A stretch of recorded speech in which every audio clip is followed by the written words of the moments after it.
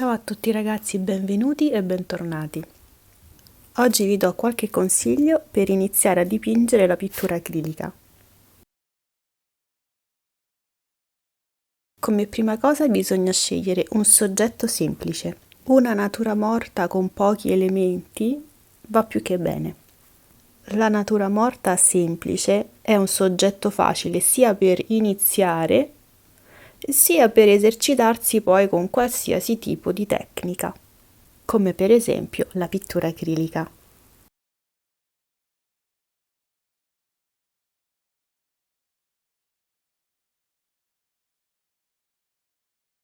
La pittura acrilica è un tipo di tempera.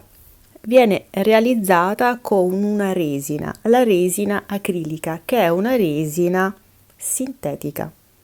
La tempera acrilica è stata realizzata soltanto il secolo scorso, ma non era stata realizzata per le belle arti, bensì era stata concepita come vernice industriale. Quindi, se in commercio troviamo i materiali di belle arti concepiti solo per l'uso artistico, per l'acrilico le cose cambiano, perché non troviamo solo la pittura acrilica per belle arti, ma anche per altri utilizzi. La pittura acrilica può essere utilizzata in tante cose. Per esempio, le bombolette spray sono realizzate in vernice acrilica, in pittura acrilica, ma anche alcuni tipi di marker, quelli indelebili, sono anch'essi fatti di pittura acrilica. C'è anche la pittura acrilica per decoupage, che è molto diversa da quella delle belle arti. Quindi vedete, si fa presto a parlare di pittura acrilica, ma ce ne sono di tanti tipi. E questo perché la pittura acrilica non era stata concepita per essere una pittura per le belle arti. Ci sono delle pitture acriliche più coprenti, quelle più trasparenti, ci sono quelle più liquide, quelle più corpose o pastose. Non c'è un unico tipo di pittura acrilica, ma tante. Io utilizzo quella per le belle arti. Conoscere le marche che producono la pittura acrilica per la pittura artistica è importante perché è una garanzia sulla qualità del prodotto ed anche sulla tipologia del prodotto. Una buona pittura acrilica è una pittura coprente, non trasparente. Un tipo di pittura che è facile da stendere. Quindi se volete dipingere con la pittura acrilica, utilizzate la pittura per le belle arti.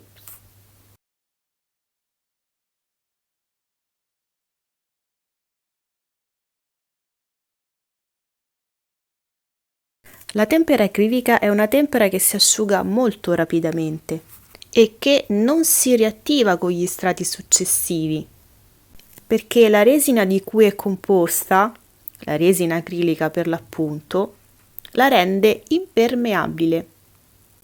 Quindi per via di questa sua caratteristica è una pittura di stratificazione. Più si stratifica e meglio è.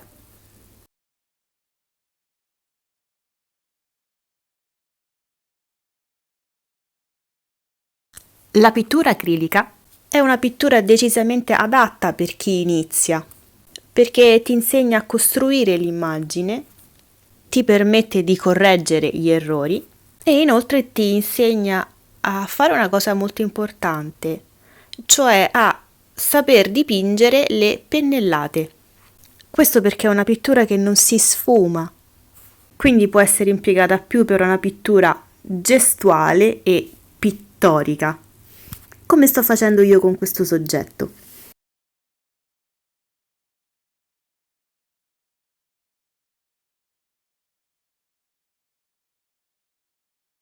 Per riuscire al meglio in questa tecnica è importante utilizzare dei pennelli piatti, perché rendono molto più visibile la pennellata e poi perché sono quelli più versatili nella gestualità. Un altro consiglio che vi do per quanto riguarda i pennelli è quello di non scegliere quelli piccoli, ma quello di scegliere dei pennelli di grandezza media o medio-grande. In questo modo non si sarà tentate di fare i dettagli, ma di dipingere una pennellata più grossa e quindi più visibile, adatta a questo tipo di pittura.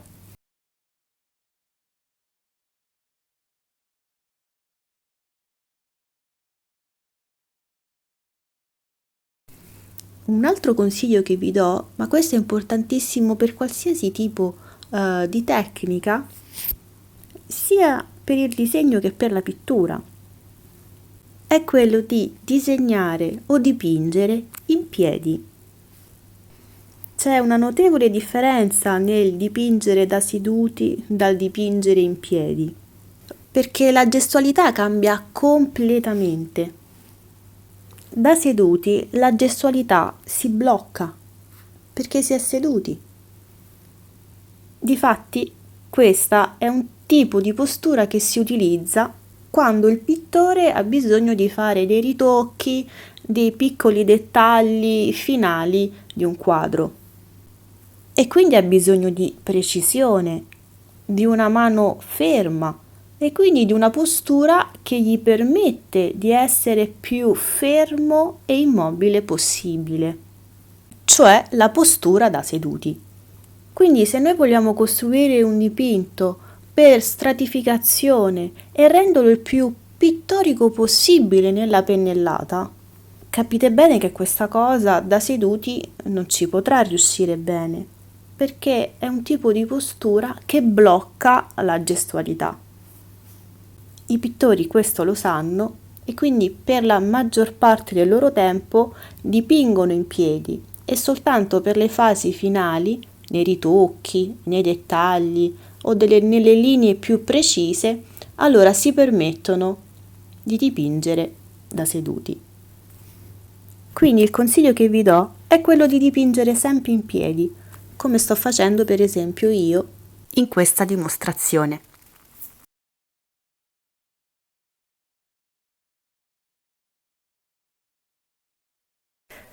Vi voglio dare un ultimo consiglio sulla preparazione del supporto. Con la tempera acrilica noi possiamo dipingere sia su tela che su carta che su un pannello di legno. Su tela possiamo dipingere tranquillamente così com'è se la tela è già preparata e di solito in commercio le tele sono già preparate. Mentre per quanto riguarda il cartoncino o un pannello di legno, in quel caso bisogna prepararlo. Quindi o si dà una mano di gesso acrilico oppure semplicemente si dà una mano di pittura acrilica e basta, così da impermeabilizzare il supporto e quindi poter procedere tranquillamente nella pittura poi desiderata. Se non si fa questo, la carta e il legno tenderanno ad assorbire il colore finché a un certo punto, dopo un po' di strati, si impermeabilizzerà.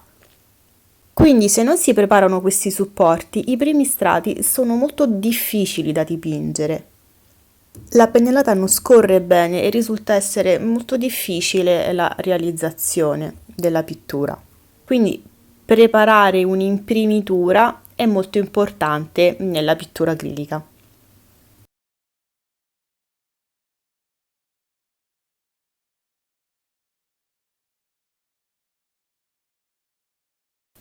Anch'io ho fatto un'imprimitura per questo dipinto.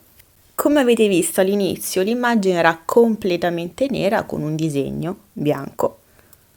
Questo perché ho usato come supporto un cartoncino e quindi l'ho preparato semplicemente stendendo uniformemente una mano di pittura acrilica e ho scelto di fare una pittura acrilica nera e ho scelto di realizzare una imprimitura nera con il nero di Marte.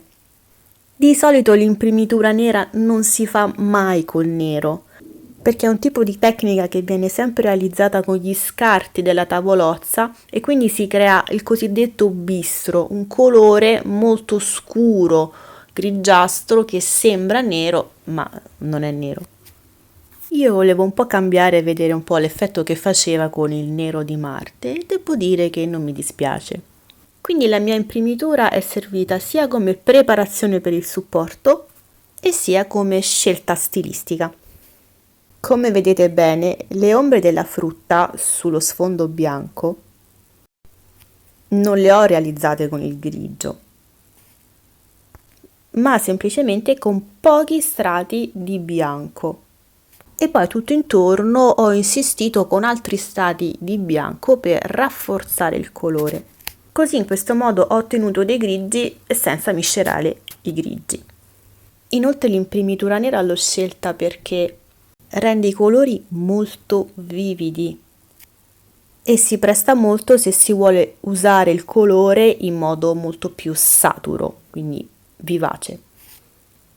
Difatti l'imprimitura nera, certo non fatta col nero di Marte come ho fatto io, ma con il bistro, questo colore molto scuro, la utilizzava anche Caravaggio.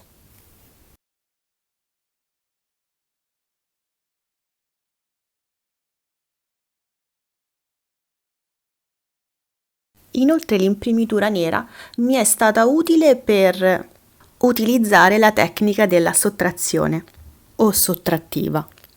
In pittura ci sono due tecniche che si fanno comunemente e sono le tecniche additive e sottrattive. Le tecniche additive perché si addizionano, sottrattive perché sottraggono.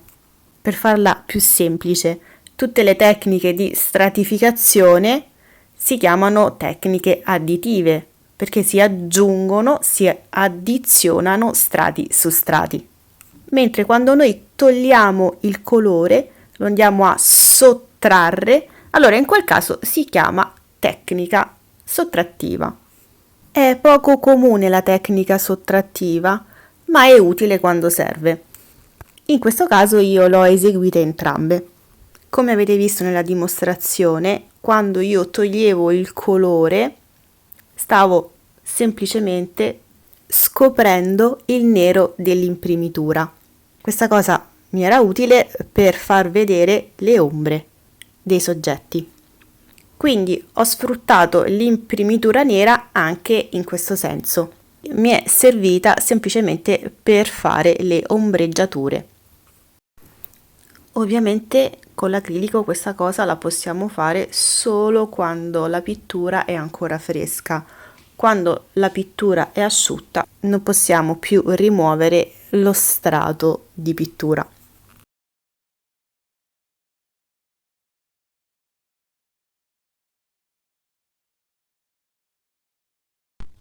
Questo è il risultato finale. Spero che il video vi sia piaciuto.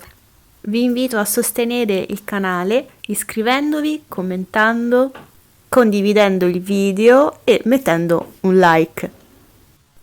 E potete sostenerlo anche su PayPal se volete in modo libero. Vi mando un bacione e al prossimo video. Ciao!